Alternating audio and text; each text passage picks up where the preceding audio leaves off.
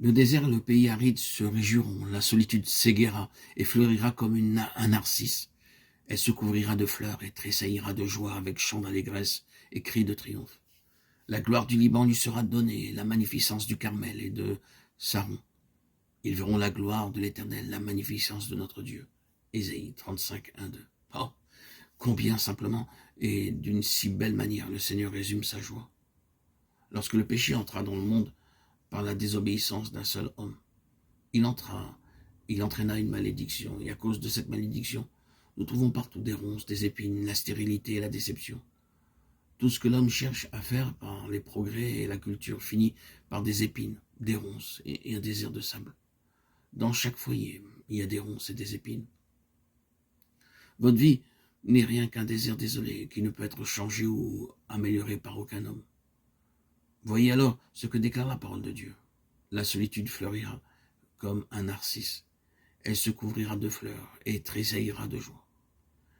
C'est le miracle de la grâce de Dieu. Il désire non seulement pardonner le péché, qui est la cause de la stérilité et du manque de fruits de votre vie, mais il désire aussi, par son amour, transformer cette vie stérile et sans fruits en un jardin de roses. Les rachetés de l'Éternel retourneront, ils iront à Sion avec chant de triomphe, et une joie éternelle couronnera leur tête. L'allégresse et la joie s'approcheront, la douleur et les gémissements s'enfuiront. Ésaïe 35, 10. Voyez le miracle de la grâce de Dieu. Bien que votre vie soit ruinée et semblable à un désert, notre Seigneur dit, je restaurerai tout ce qui a été ôté. Quelle joie merveilleuse donne-t-il?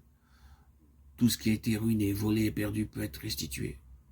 Par le miracle de la grâce de Dieu, toutes les années de péché et de défaite peuvent vous être restituées. Non seulement cela, mais vous recevrez bien davantage que ce que vous avez perdu.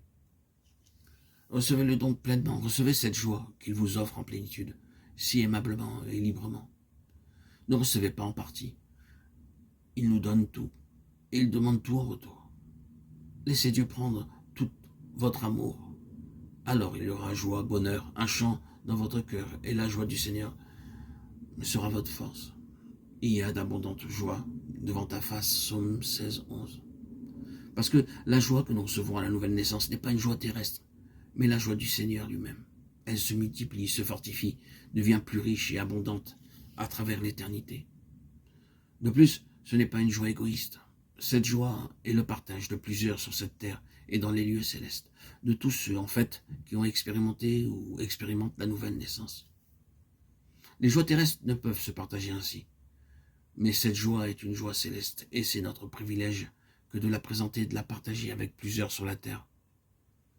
Qu'est-ce qui rendait David capable de se réjouir grandement, de communiquer cette joie aux autres? Il eut plusieurs expériences dans sa vie. Dans chacune d'elles, il progressa dans la connaissance de la joie du Seigneur, qui fut sa force.